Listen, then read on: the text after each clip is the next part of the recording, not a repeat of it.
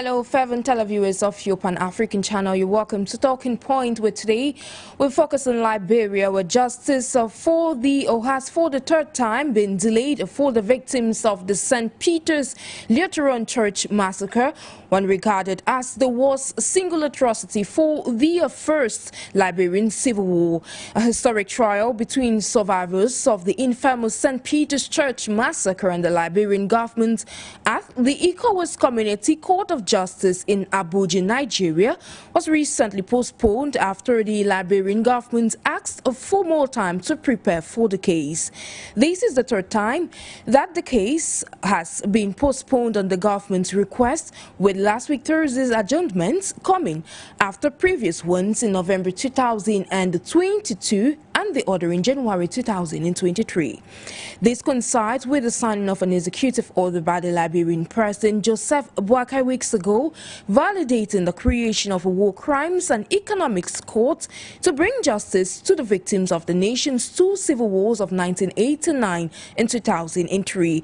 It is worthy of note that approximately 600 people were tortured and killed at the St. Peter's Church in Monrovia in July 29, 1990. Ladies and gentlemen, if you're just joining us, this is the first edition for this month of June for Talking Point over your Pan-African channel for you Media Africa. Stay with us.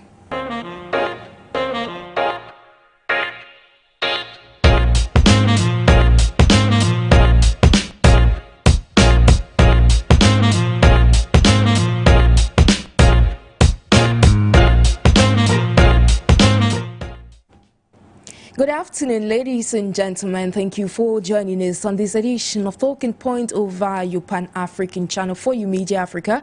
Today we focus on the Lutheran Church massacre in Liberia. Of course, like we mentioned in our preamble, the court case taking place at the ECOWAS Court of Justice in Abuja has been postponed for the third time.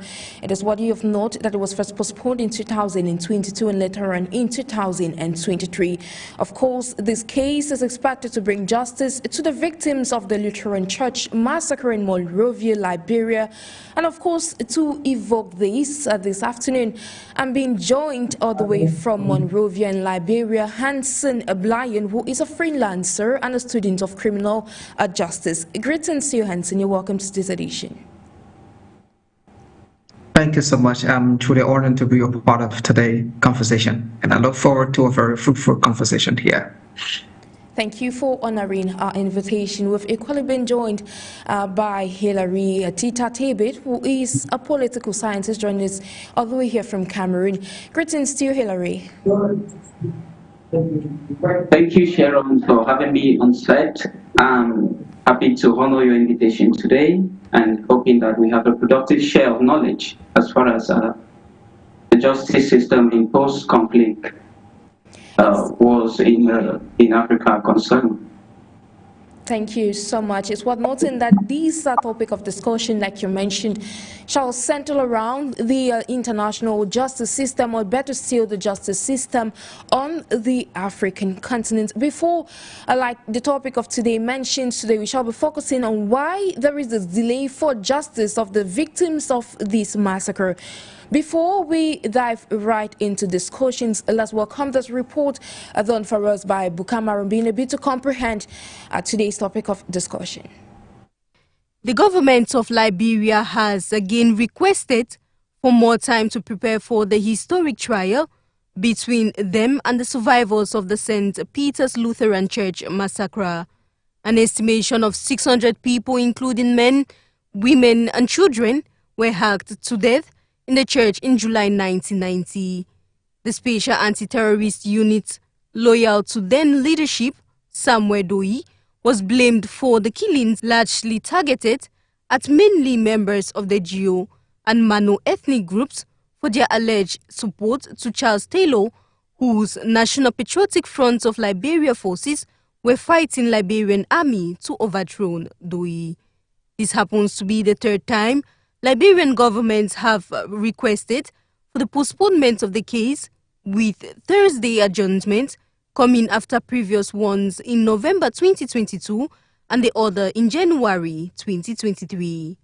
Liberia's new Solicitor General, Councillor Augustine C. Faya justified the latest request through a virtual hearing, saying he and other state lawyers on the case had just assumed their duties following changes of personnel at the Justice Ministry by President Joseph Boakai, adding that they had not familiarized themselves with the case. However, the lead lawyer in the case for the 4 massacre victims, who mounted a legal challenge against the government, Natalie Reid, objected to the government's request, saying, and I quote, "The Republic has not had quite a lot of time. The Republic has had quite a lot of time to prepare their oral submission to the court. This hearing had, in fact, been rescheduled for more than once. That Honorable Counsel for Respondents had, in fact, been appointed quite a few months ago. So, for all these reasons, applicants will not consent to the request for adjournment." End of quote. This happens to be the first time a Liberian government has been sued over human rights abuses during any of the two countries' 2 civil wars, which took place between 1989 to 2003.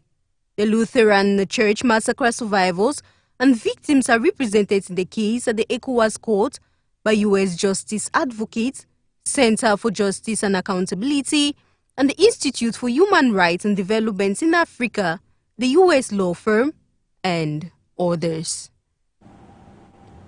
Thank you, Buka Marumbi, for that report.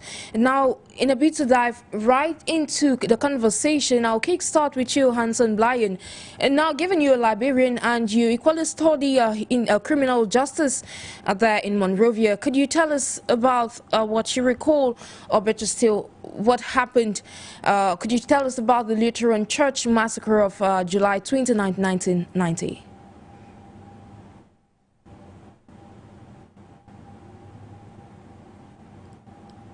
HANSON BLAYON, are you with us?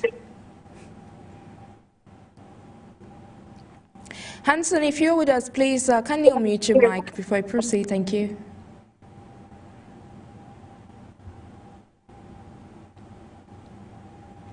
Unfortunately, while we wait on HANSON to get through with us, due to some difficulties, we're going to direct the question now to you, HILARY TITA. Now, given let's make an evaluation of the justice systems like we mentioned in our preamble earlier on. Could you evaluate the justice systems? Like we mentioned, this case has been adjourned for the 3rd time in the West African country. Now, what does this say of Africa's justice systems? Oh, thank you, Sharon. I will first by just briefly going through some of the causes of the civil wars in Liberia. The first one was a coup d'etat that was staged by Samuel Doe. And to him, he was coming to fix things. After that, there were issues of poor governance. There were issues of poor post-war reconciliation, disarmament. There were issues of restructuring of the military or the military institutions to make sure that those who perpetrated acts that were against human rights were brought to justice, and those whose rights were abused also were given justice. When you look at all of these, the trend of from the first civil war, which was caused by issues of poor governance, now to the second civil war, which was caused by issues of the inability of the government then to restructure the dying economy and the establishing institutions that could move from the pains from the first civil war, that institutions that could treat or answer to the pains that were caused by the first civil war. All of these put together, we see that Africa has a problem. First, the problem of not wanting to diplomatically handle issues, but choosing force to be the suitable solution. Now, looking at the issue of the constant, as I may put it, adjournment of the case against those that violated human rights during the two civil wars in Liberia, it's a process of politicking. Just as the first civil war failed to solve political issues in Liberia, so too the second civil war to date will still fail to solve the problems that they thought could be solved with the use of force. Today we are singing about justice, and it's a general song in the whole continent of Africa.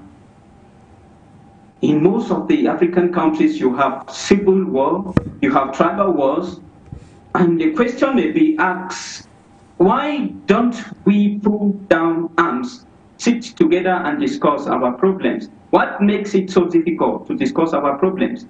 I'm not going to talk more into looking at why the cases are being adjourned. Of course, it is a process of politicking, as I'm saying, because it is often said that justice delayed is justice denied. And it could just be the game that the Liberian government is playing to make sure that those who cry for justice cry until they become tired and the case dies down. Without which, why is it so difficult that the previous government before the January elections in Liberia could not establish this process such that justice be meted for those whose rights were abused? Justice be meted for the families whose sons and daughters were killed. For justice to be meted for those who did not carry arms, yet they became victims in the course of the war. In a nutshell, I would want to end here by saying that in the first place, it is not good to initiate armed conflict because there are always repercussions, and the prices of those conflicts are the human life that will be lost, and secondly, the properties that will be lost as well. Okay, thank you so much, HILARY TITA, for that brilliant introduction. Now, given, like you mentioned, looking at the Liberia Civil War and, of course, the massacre in the church, the Lutheran church, St. Peter's Church, then MONROVIA, we saw persons that were running away from the Civil War trying to seek refuge at the St. Peter's Church, but these persons were still being attacked by, uniformed persons in that part of the continent. And now, we saw a similar case in Cameroon. Just to liken it up with what's happening across the continent, we saw a similar case a while ago where faithfuls were being killed in church. And now, looking at international law, persons supposed to be haunted, even right in church or in other safe havens like hospitals and others. The international law is on purpose.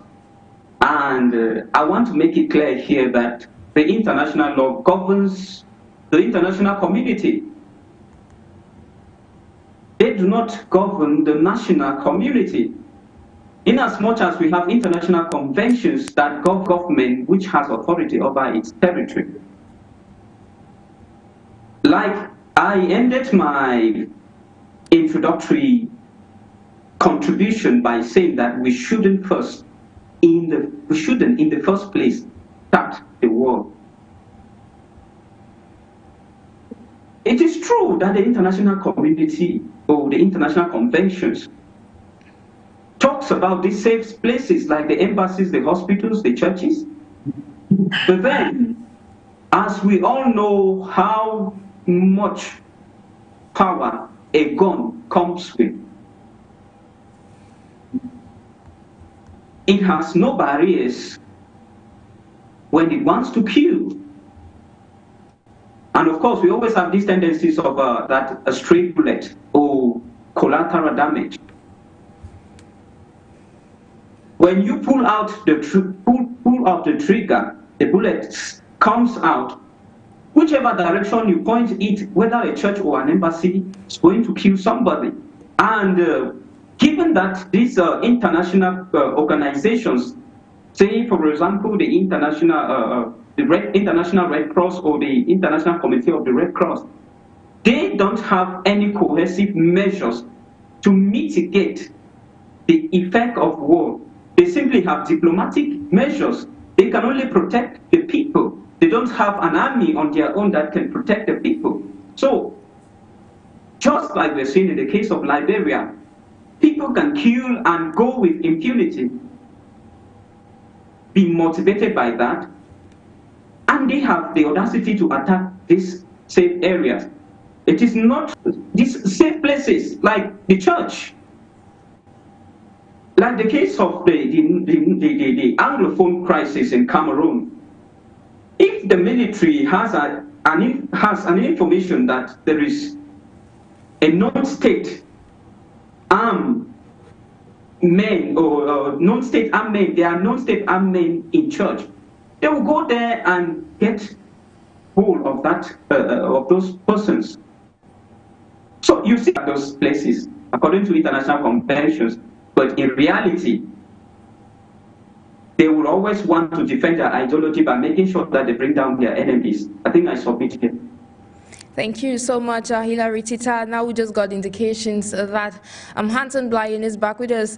Welcome back. And I was trying to ask you, what could you tell us about the Lutheran Church massacre that occurred on July 29, 1990? And of course, how did that impact the West African country?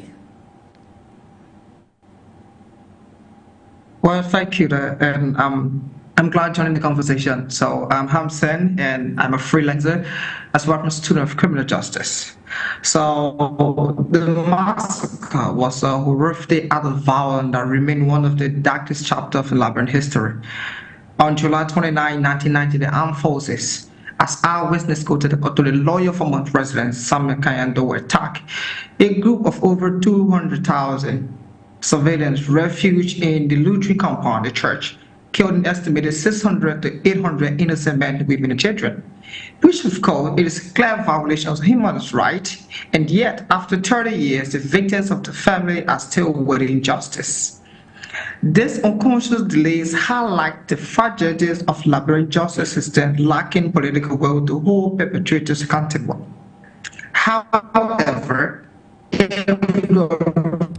reflections of the current government, which the current president establishing the long-awaited economic and war crime, which I believed will bring perpetrators who involved into such act to justice. What I want to mention is that those who are responsible for orchestrating this massacre, at that time, someone is still in political power, political position. And at first, it was a holiday during the former president, Eli Joseph Sadi, at the time the country just came from war. I believe, in my mind, the reasons why she took that as a holiday, because the remembrance of these people, the reflections, it's not a good thing for the country to honor as a national holiday. I can remember she wrote on communication to the legislature that this should be removed, and instead she be walking hard that people can mourn the remains of people who were killed. Our witnesses, I wasn't around, but my grandmother told me, for all souls for survivor, that it was the former president and his loyal forces, Samuel Kayando, was the ones who attacked. And that attack, even though there were other ethnic groups, but majority of this, it was just majority of the ethnic group was a Gio. And mind you, during that time, there was an ethnic war that was fighting in Liberia, which of course, it was basically between the Gio and the Crown. So those who lost their life, majority of them was Gio. However, the question is, what happens? Why have we not yet? What's the delay? I think the delay is complex. The country is involved in brutal civil war, making a meaningful judicial process impossible. Even as the country's stable political elite who tied to the former Doe regime, these are concerned that prosecution open up to. These are paradox potentially implicating those still in positions of power. However, the international community has the moral obligation to ensure that justice is served, just as the victims want. The victims that firmly desire closures and a chance to mourn their lost one without heavy burden. The question is, failing to address this massacre sent a dangerous message that sought the War and Economic Crime Code as a support of the Liberia National Legislature. Liberia must summon the political courage to establish a credible, independent, and impartial investigation into the Lutheran massacre. This could take the form of Truth and Reconciliation Commission, empowering them to uncover full truth, identify the full responsibility, recommend appropriate prosecution and preparations. The truth is, some might say if we do a reconciliation, if we prosecute, we'll bring the laws back. But the TRC report that was published, it shows that people who are involved into the massacre should be prosecuted. But however, this saying, we should, I don't know what is around to, they said that bygone be bygone. You cannot say that bygone be bygone as if someone who killed thousands of persons is given the political will to lead the whole nations. I think that's what the nation needs to change its path. And we look forward to the establishment of the War and Economic Crime Court, bringing perpetrators to justice. Those who committed this crime, those who are alive, they can be held accountable, and justice can be given to those who lost their parents, their relatives, their brothers and sisters at this massacre. Thank you. Thank you so much, HANSON. That was a very thoughtful one. Now, to stay with you, reports have outlined that, like you mentioned, the creation of the War Crimes and Economic Court in the West African nation. Now, reports actually stipulated that there was a delay in the creation under the leadership of the past two presidents, Ellen Johnson Sirleaf and George Weah, was due to the fact that there were several authorities that were still in power who could have been linked to the two civil wars of the country. That was in 1989 and 2003. And now, going down history, could that have pushed be a reason behind the government's reason or request to adjourn this case, given that those that could be perpetrators of this massacre, which you mentioned, could... Yes, I mean, the reasons for the delay in the War and Economic Crime Code during the regime of Ellen Johnson Sirleaf, the former president, and George Weah, in my mind, I think, let's talk about the region of Ellie. The country just came from war, and we had the first elections. The country was quite stable. The country was fragile in terms of peace. But now we have accumulated a huge number of peace now. And the reasons why this War and Economic Crime Code couldn't establish in their regime, because they were working with war laws and they supported that political agenda. So at the end, they had a win-win situation that if I promote you to become a leader or the president or whatever political party we have, you will make sure not to sign this particular document, because that alone, it will bring me back and it will be prosecuted.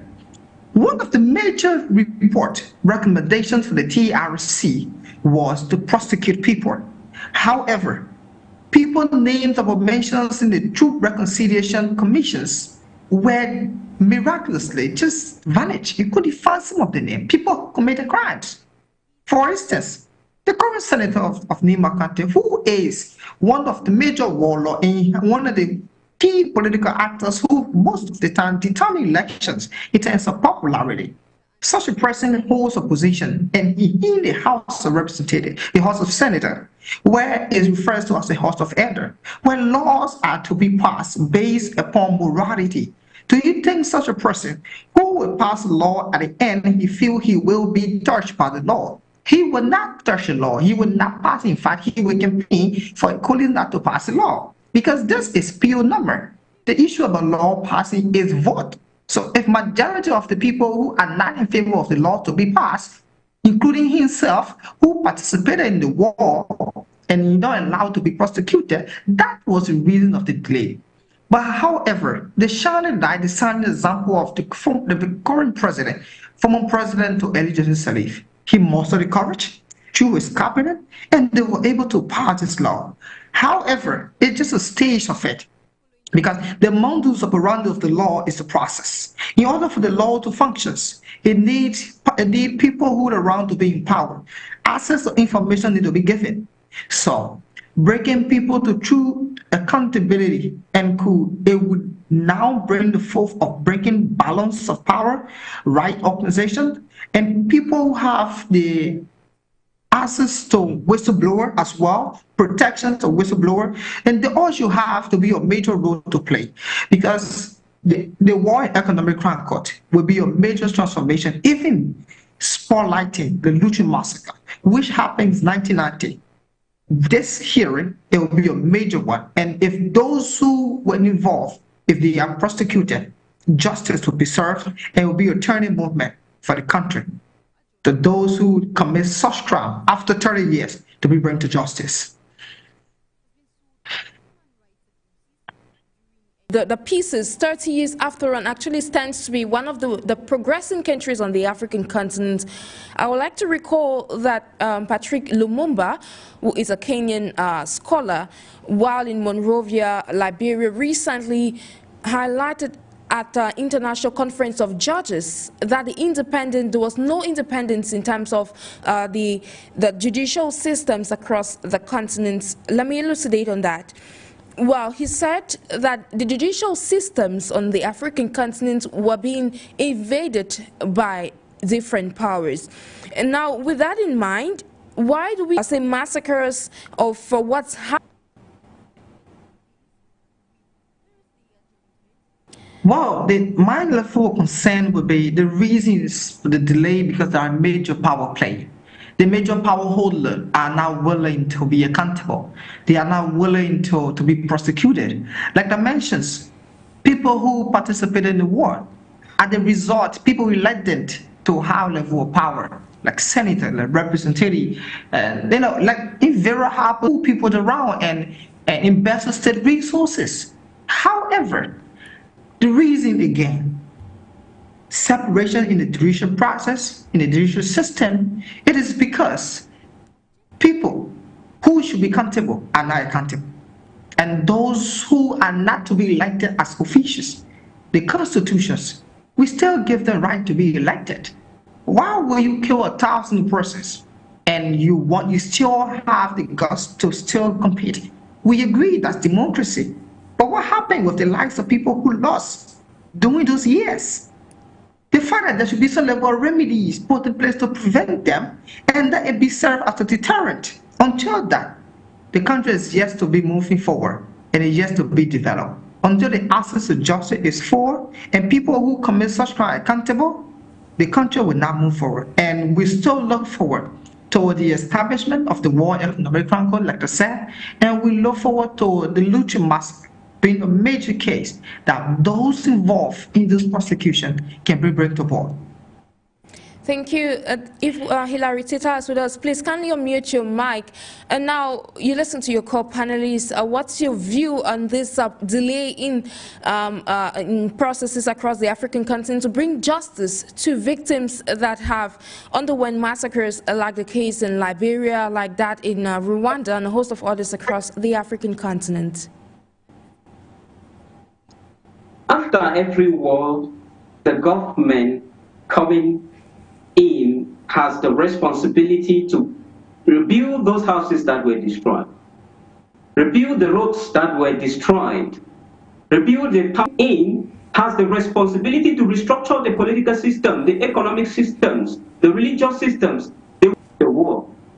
If we want to take the case of that of Liberia, which started with the first civil war being caused as a result of the coup d'etat. You're coming in through a process of violence, and people expect you to establish institutions that will be able to bring justice to those who were affected by the violence that you brought in. How possible is that? To go back to the question, why cause the war?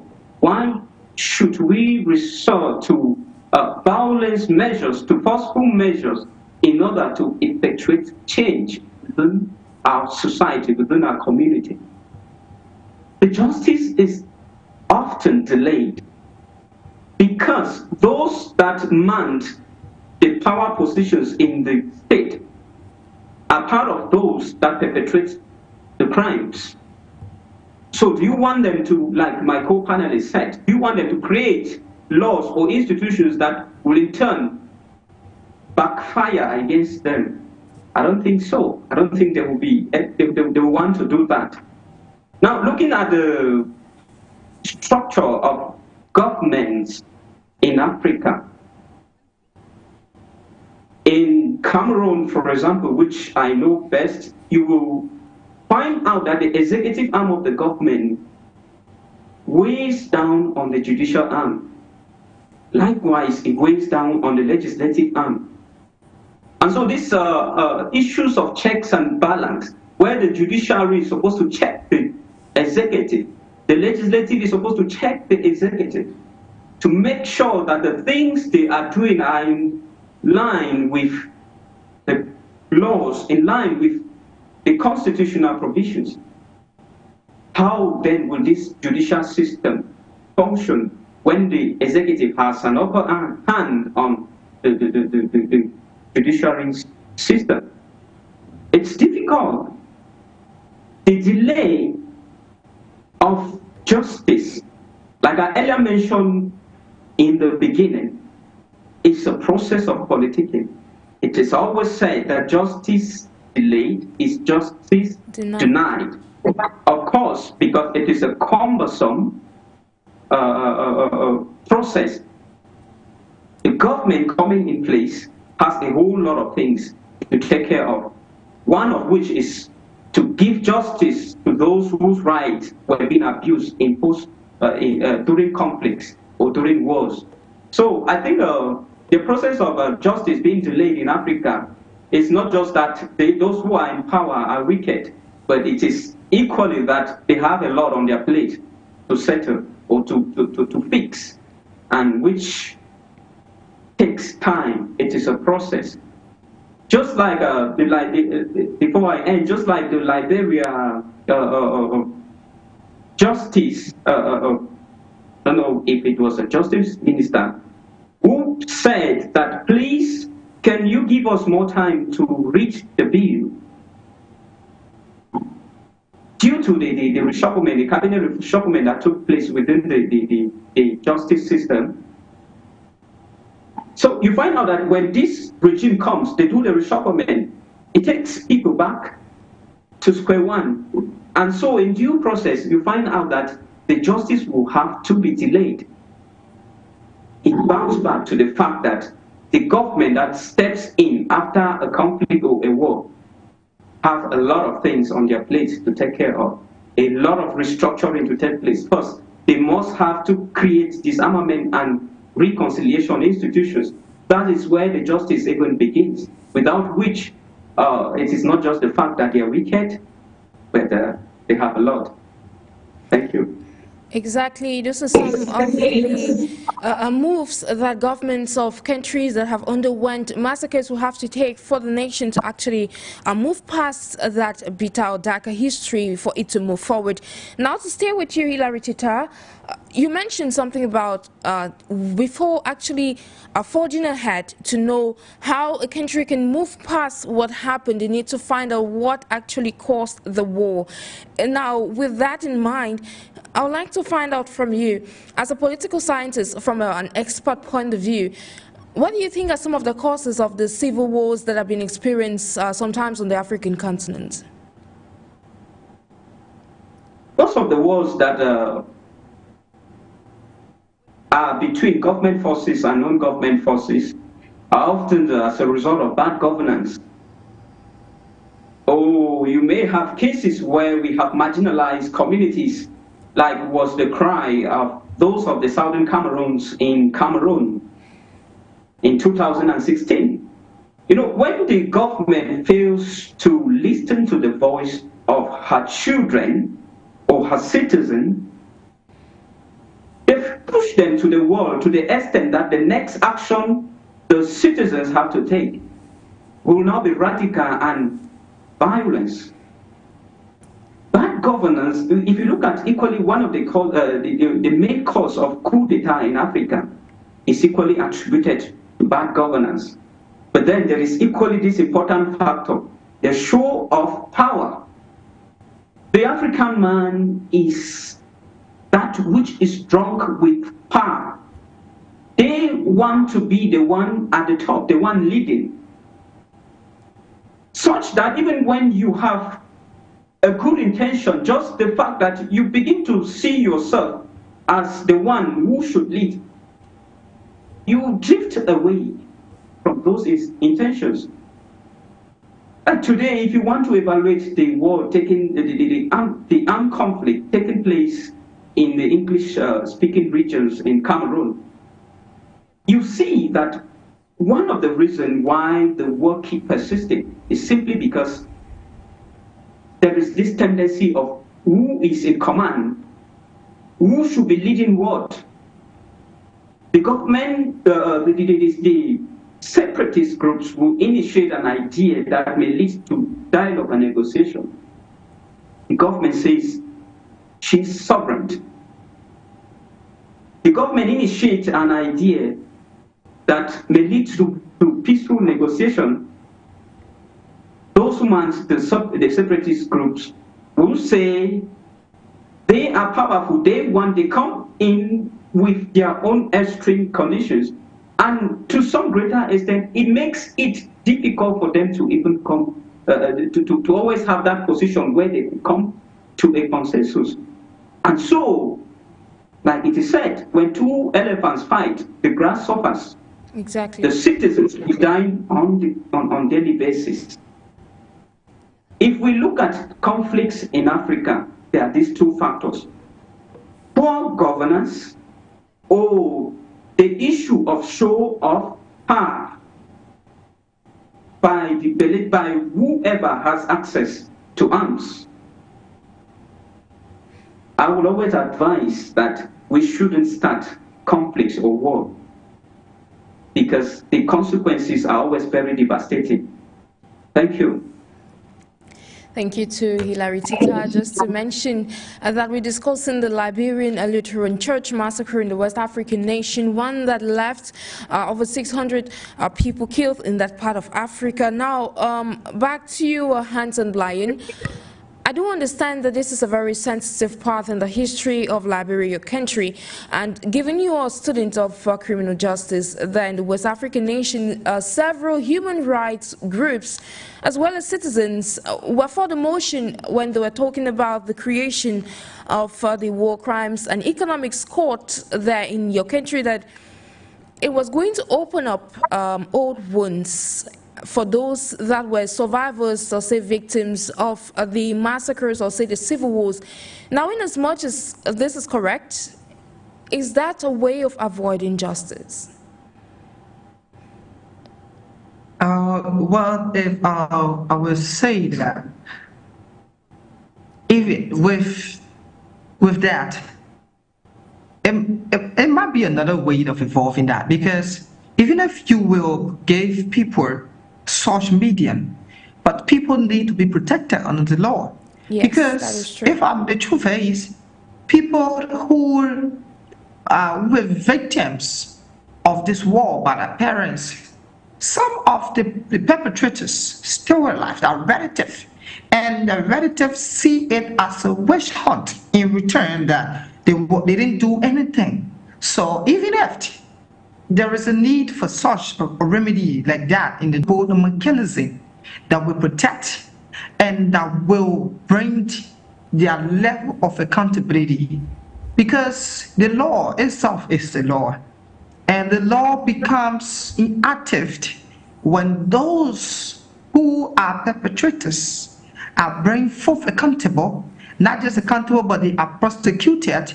To the prosecution serve as a general deterrent that even no one pray for war. If there is anything, no one will commit such atrocity again in this country. However, I'm going to tell you that that is a way of the government, the justice system, of not delivering justice. That is another way of not, is a way of preventing justice from the perpetrators.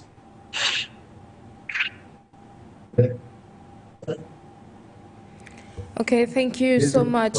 Like HANSON, your co-panelists did mention He evoked something about disarmament and, of course, reconciliation, one that's going to help a country that underwent a massacre to be able to recover. Now, while picking the pieces, how do you think, with the context of Liberia, how is this going to fit in? Well, I don't know, but people cannot truly reconcile if those who commit these atrocities are the light. They see them every day. They see them walking in the street. The law is not taking any actions. I mean, we should not be surprised, and we don't pray for that someone just work and just do something as a restitution of justice, because this has been too long that the justice system need to help people accountable. However, with Unifications Day, we have sporting events, national anthem that people cheer, but there is a memory that brings back people whenever they see certain moment. It gives us sober reflections. And the question is, why people who committed such acts, they are not being held accountable by the law? By you going to stand and say, I confess for what I did, is another thing by the law punishing you, serving your terms in whatever prescription by law in prisons, and afterward you are out, the law have taken a course. People know that the law has stands on their behalf and to identify that what you did was wrong and others could not repeat such action. Liberia as a country, we are 170 plus years old. With all of the oral Unification Day, it will not make any impact if those who committed atrocities in this country are not brought to justice and they are not prosecuted. We most of the time use the country of Rwanda, the genocide as the case. Those who were involved with major power holders, major key players, they were brought to justice, regardless of their location. So we need to do this. We can do it. We can move on because we are just a country that wants to change the narrative of how surviving our people is. Because those who are involved in the atrocity, they are people, their parents, their sisters, their brothers and sisters are still alive. And their memory stay alive with them. Some people are trauma for the rest of their life. Because of this, what happened to them? What can they show the children? That indeed your mom was killed, and those who killed them, those who killed your mom, they are behind bars. They're serving a time in jail. None of that records. I think the country needs to change. And we have to change. The rule of law must be the first that every country hold on to. If Liberia was changing narrative, this case in the war and economic rancor, it is a cornerstone for changing the narrative of the country Liberia. Thank you.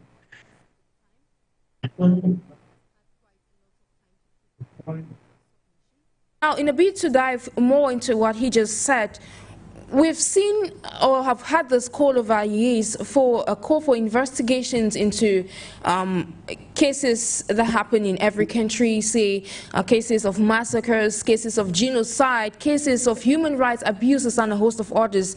Now, how important is it for the government of every African nation to be able to pull through that there is accountability in the institutions that have been put in place for them to be able to have these investigations so they can bring about justice to victims or survivors of these cases? I know about other countries. Unfortunately, is HILARY TITA with us? Yes. Yeah, please write in, HILARY. I think the very first thing that will bring about justice, or what will strengthen the justice system of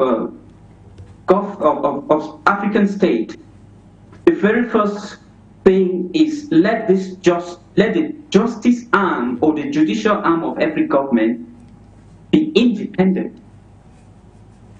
It is only through the independence that they can exercise their duties. When you have situations where the high court judges, the supreme judges are being appointed by the executive head of the president, why would they not dance to the tune of the president of the said country? I think we need to really, we as Africans here, we need to get deeper as far as this issue of separation of power is concerned. It is going to solve a lot of things. First, it's going to solve the problem of the conflicts first. Because before there is an arbitral abuse of power, one arm of the government must have already checked and make sure that that doesn't happen.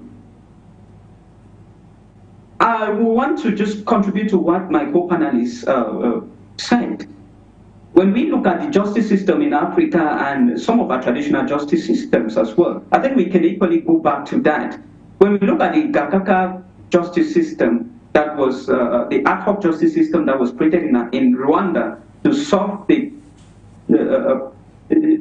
bring justice to those that were affected during the Rwanda genocide. That was a grassroots approach. I think we can as well, to limit resource costs, harness our traditional justice systems. And when it is at the state level, we can now let the judicial arm of the government actually do what it's supposed to do.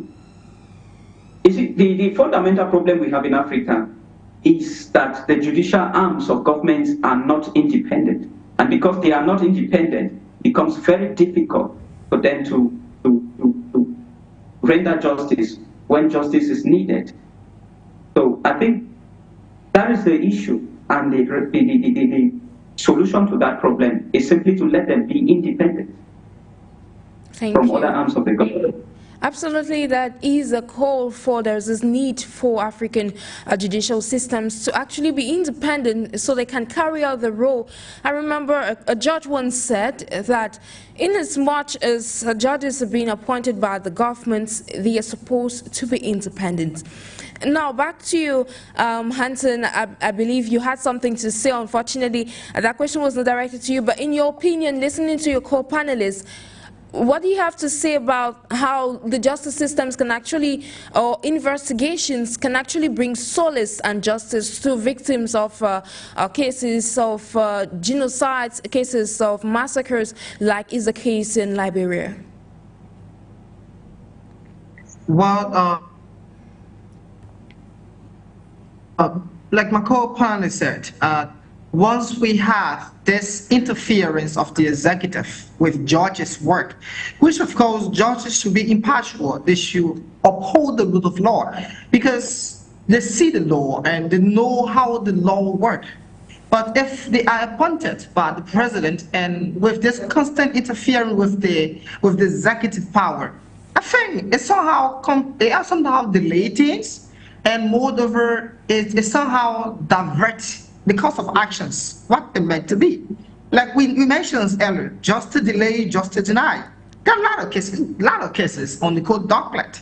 However, these cases, some are not yet been attended to. Some is because of political will. The president appoints the judges and he tells some of them what to do. They will object to cases and they fail not to talk and neither to bring somebody justice, these cases to full justice, and neither to get attention of the prosecutors. So sometimes I think the president can appoint, but there should be some level of limitation and separations of power. That's why the constitutions say that clearly, but you still see the interference. You still see some cases that have been pulled by political hands telling you that, oh, the executive need a case to be dropped. The executive need this to be, this not to go further. So dropping of charges on cases, it depends on jurisdictions. It depends on the evidence to proceed with the case. However, again, with the interfering of presidents with the justice systems of Africa, I feel it creating a lot of problems. And the problem is it serves as somehow an obstacle for speedy trials and delayed in some cases because of political will, and some of the actors and members are involved and they see it as not to prosecute them. So it's some of the problems. I'm going to tell you some of the problem because of that interference in some of the matters as well. Okay, I'm staying with you, HANSON. Now, a Philadelphia court in U.S. ruled in 2020 that Moses Thomas, a former top commander with the Allied Special Anti-Terrorist Unit of those military forces living in the U.S. city, was civilly liable to the massacre. Now, with that in mind, he fled. After that court ruling, he fled and went back to Liberia. One that the survivors of the massacre actually termed was not supposed to happen because it evoked back that, it revealed back that fear in them of what had happened in 1990.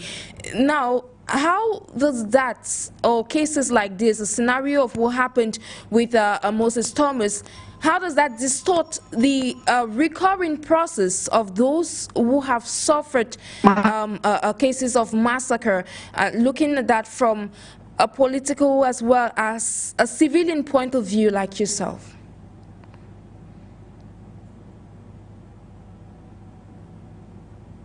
HANSON? I will tell you that there is a huge trauma here. And people are recovering, but they are not fully recovered because people have different expectations. If, as a civilian, my expectation is the perpetrators, they should be brought to justice. If they haven't yet brought to justice, they haven't yet met my expectations. So people have different expectations. I think that from the TRC, breaking all of these people together to confess and acknowledging the fact that they committed the act, some people forgive, yes, but equally so, mass of these numbers live for the trauma today in the society. If some of them, people see them, they literally want to fight them, they literally want to retaliate. They tell people that this person, this to me during the war, it creates a whole blocks of crime, and people want to know what they did. So the society still face trauma.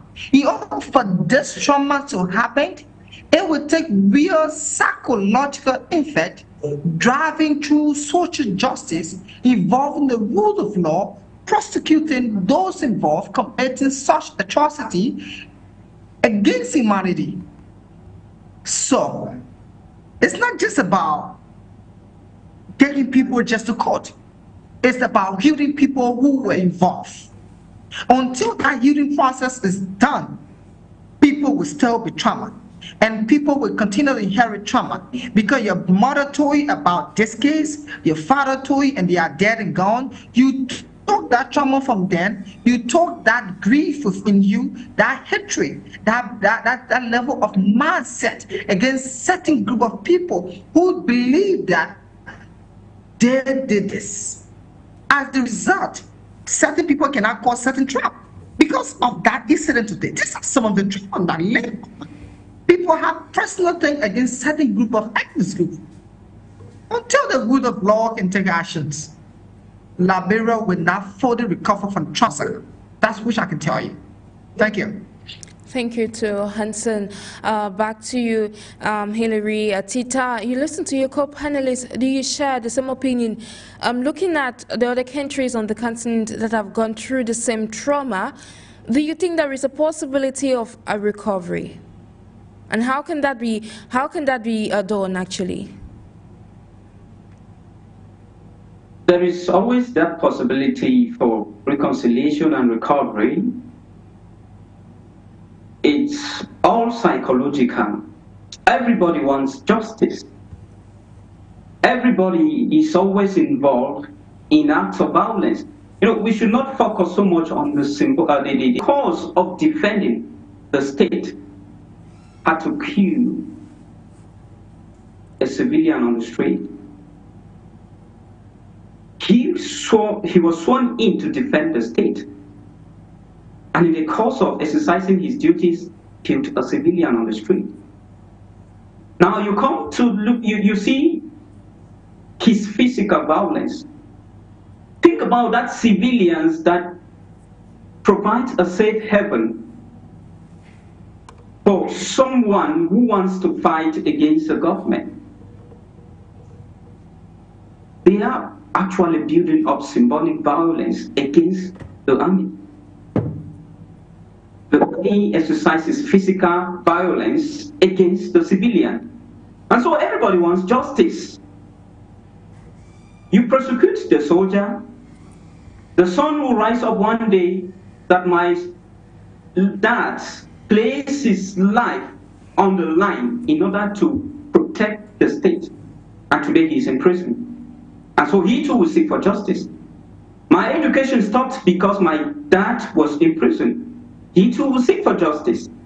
And so the whole issue about justice is psychological. And if we, as a community, who want to build that healing spirit, to promote that healing spirit, it is a collective exercise.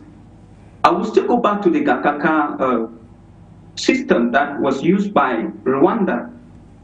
It was a grassroots approach, such that they brought those who perpetrated acts of violence and those who were victims of those acts.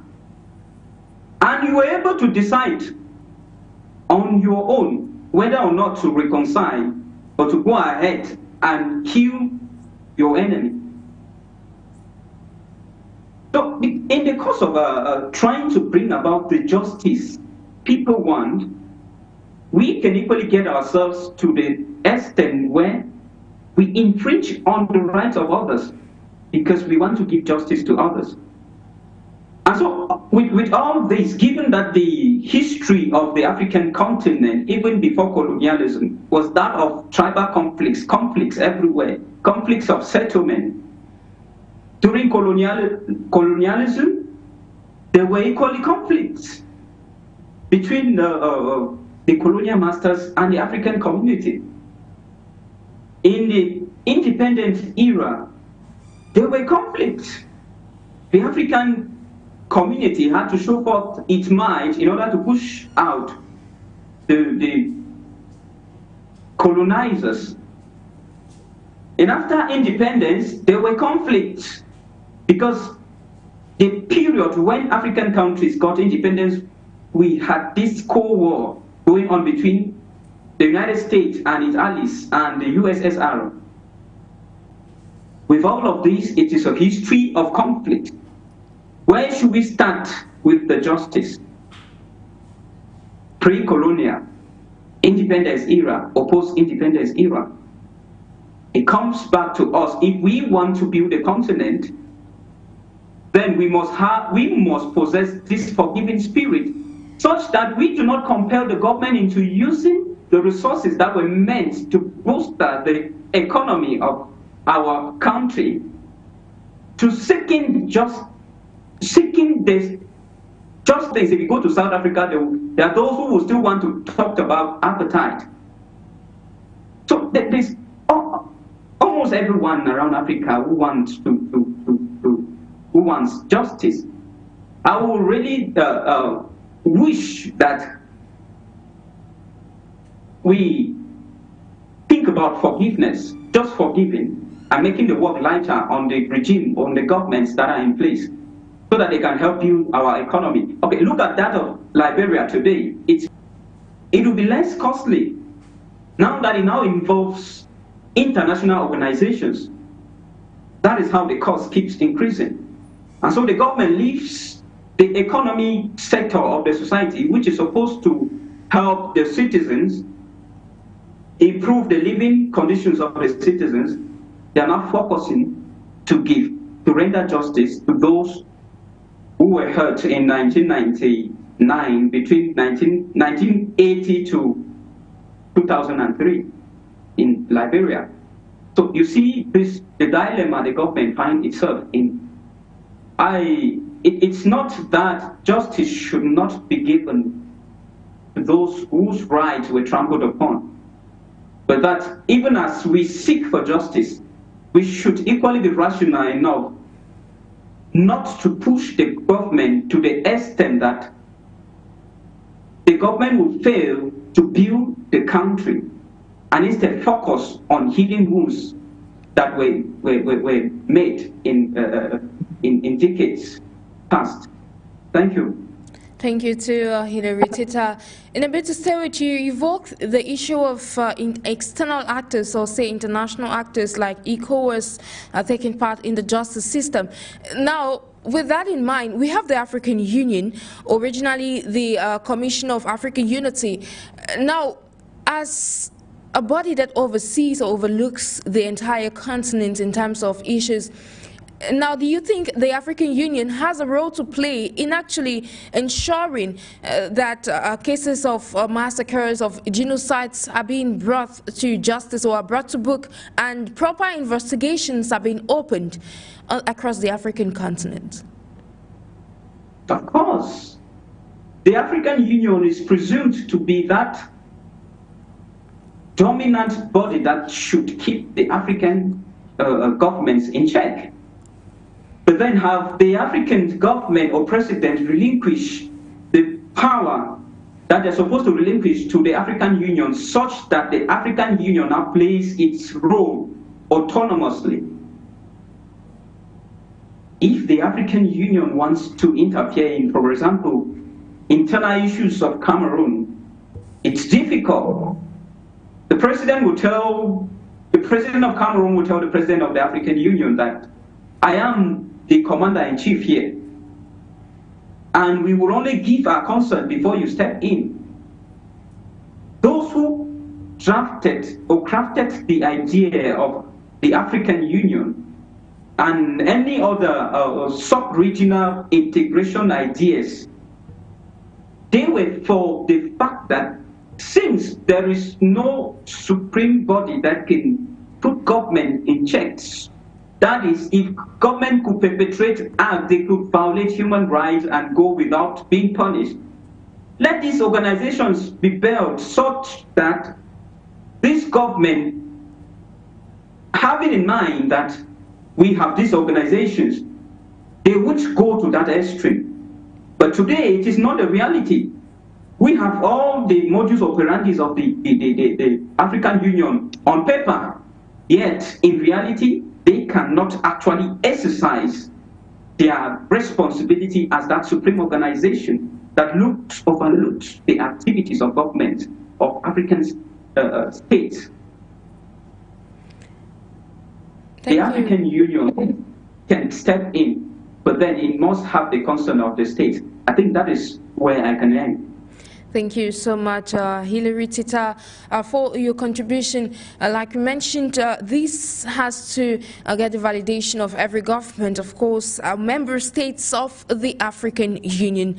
Now, back to you, HANSON. BLAYON, you listen to your co-panelist, and he evoked something I'd like to capitalize on, which he said it could have been more costly for the Liberian government to be able to have a case like the Lutheran Church massacre case in the ECOWAS Court of Justice than it would have been if it was being tackled in Liberia.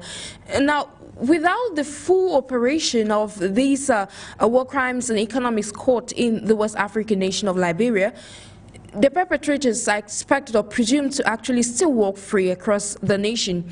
Now, in your opinion as a Liberian and a student of criminal justice, now, what are some of the benefits of a war crimes and economics court to the Liberian people? Well, thank you. I think with the ECOWAS court, the Liberian court, and other sustained court, what I want to establish is there are jurisdictions here. And there are different laws that apply, and they are applicable per country. So the ECOWAS court might rule that Liberia lost the case, but the ECOWAS court cannot force the governments to prosecute, but they recommend. So the ruling of the ECOWAS court, it is based upon the ruling. The government can stand to hear the case, and the government, the people, the victims, can come to the court, the local court, and they can have the hearing if they are. They can further proceed what the case are. But there are a lot of cases that people born in ECOWAS court, but You have not taken a direct effect on the people. You took a direct impact on the people. So I believe these bodies, they are accountable bodies. But again, the crafter, like my co-partner said, is there to checkmate people. But there are laws, statutes that govern limitations of power here. So these are the limitations we're talking about. So if ECOWAS code rule today that the government is in violations of humanity according to the International Crime Code, the Roman Statutes, which of course is squatted against genocide, massacre, it's against humanity. But again, the questions we will be asking is, with the government of Liberia honor the decisions of the ECOWAS Court immediately? I will tell you no. However, if we can establish a tribunal court, like before they had a court called a kangaroo court, this court are responsible for speedy investigations. If one commit a crime, within a day or week, you will be investigated, and if you found guilty, you bear the penalty. So I'd agree, let there be a separate courts that will investigate these matters. Because if we further depends on the current structure, can you imagine with the current structure, if you have a case, it takes over months or years or one case for a particular case to be tried. What most about a World Economic Crime Court, where you have a lot of grievances, a lot of issues, a lot of third parties coming in. What's happened? So over the period of time, we have heard the government will be establishing another body infrastructure to implement the World Economic Crime Court. So with that, we will foresee speedy trials and full accountability of people involved. These are some of the benefits. It creates trust with the people. The people regain their level of integrity in the government and the people who they lead and who they served. Additionally, it places the governments in a better perspective for people who are out and even not citizens, to show that there is a rule of law that protects both external and internal citizens. Economically, those who embezzle state resources, there will no longer be embezzlement, because in your mind, those people have been prosecuted before. So if you commit such acts, you will also be prosecuted. There are two types of deterrent. There are specific deterrent and there are general deterrent. In order for a specific deterrent to be done, a group of people must learn the lessons and should have taking the full responsibility, accountability to bear the penalty of what they committed. In other words, the country can fully recover, and taking the court from here, it will be expensive. I agree with my co-panelists. We need a court here, additional court, that will speedily investigate the cases and give perpetrators the level of accountability they need if perpetrators are found guilty. Thank you. Thank you too, HANSON. I'll be coming back to you to conclude today's program. Meanwhile, ladies and gentlemen, if you're just joining us, this is Talking Point over your Pan-African channel for you, Media Africa. But today we're focusing on Liberia, the West African country, down into the massacre, the Lutheran Church massacre of 1990 in the West African country, where close to 600 people were tortured and killed in that part of the African continent. Our guest of today, HANSON BLAYON, who is a student in international or criminal court of criminal justice, and of course HILARY at TITA TEBIT, who is a political scientist. Meanwhile, as we gradually wrap up today's edition, HILARY, you listen to your co-panelists and you guys seem to be in synergy with what is the way forward. But then as a political scientist, looking at Liberia, linking it to other events that have happened across the African continent, chatting the way forward, what is your opinion? My opinion is simple: good governance. Once you step in after a conflict or war and you provide a comfortable life for people to live in, they're not going to think so much about their past. I think one of the things that has contributed to the healing of the Rwandans today is because President Paul Kagame has been trying his best. He may not be perfect, but the people visibly see what he's achieving as the president of Rwanda. You know, problems it keeps aggravating. People keep going back to their past. When you sit in the house and the landlord keep asking for the house rent, you don't have the money. When you sit in your house, you're unable to have food for yourself and your children. It's the psychology you possess then, it's definitely going to take you back to the old days. And you will now it will be like, if my husband was alive, if my wife was alive, if my son was alive. You see, we talk so much about just the governments in place have not rendered economic justice first.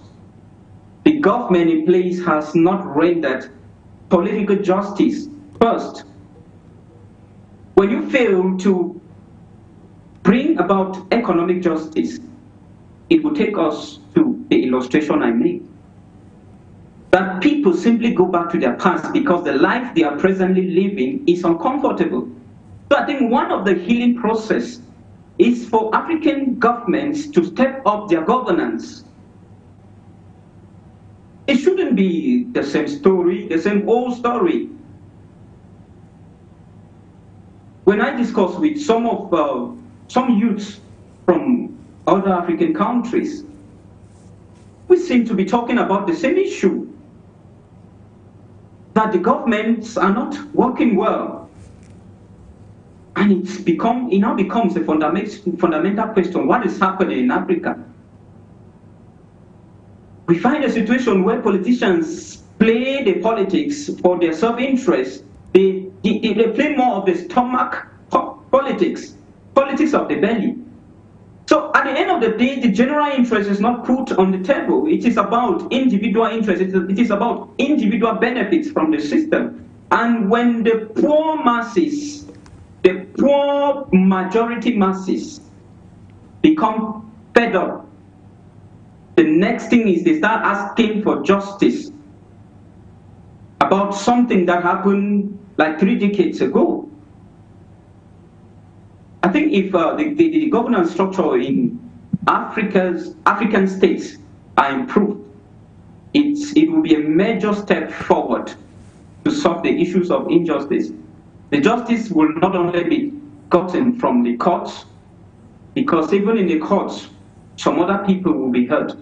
But you can actually, the government in Africa can provide justice to the Africans by stepping up their governance, moving away from egocentric self-interest politics to the politics of the general interest. Of course, if the current trend of governance in Africa continues, I think we may likely lead to the state which Karl Marx spoke about, the overcoming or the bringing down of the proletariat. That is the privileged rich few by the poor majority masses. So let the government improve on their governance, and justice must have been meted to those who wanted justice. Thank you, Hilary. Hilary TEBIT, who is a political scientist. To conclude with you, HANSON, BLAYON, you listen to your co-panelists. Meanwhile, to wrap up this educative program, now being a Liberian and one who is in a country that overcame its darkest moments, what do you think is the way forward, not just for Liberians, but for Africans going through the same problem?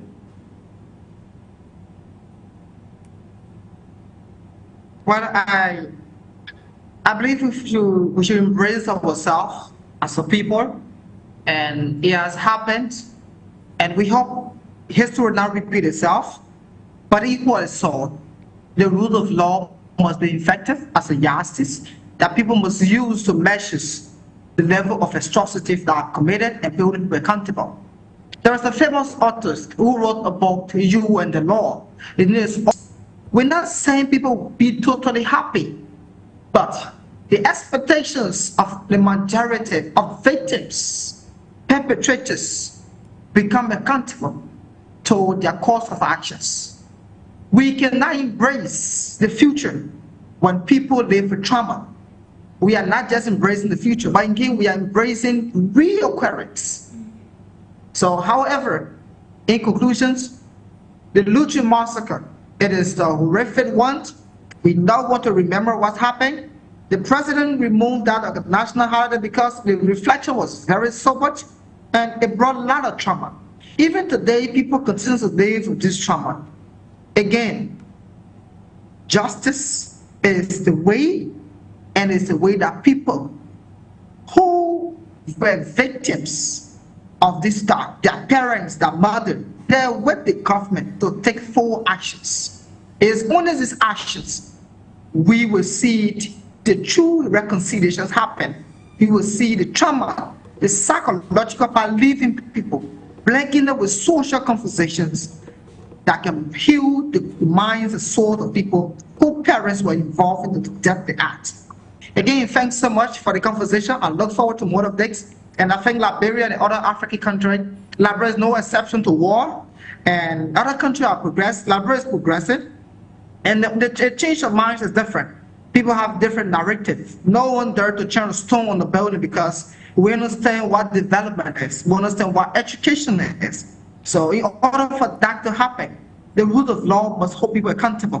When you throw a stone, the law must hold you accountable, and you should tell the reasons why. If you're found guilty, you serve your turn. That's deterrent. A society with rule of law is accountable to the citizen. Thank you.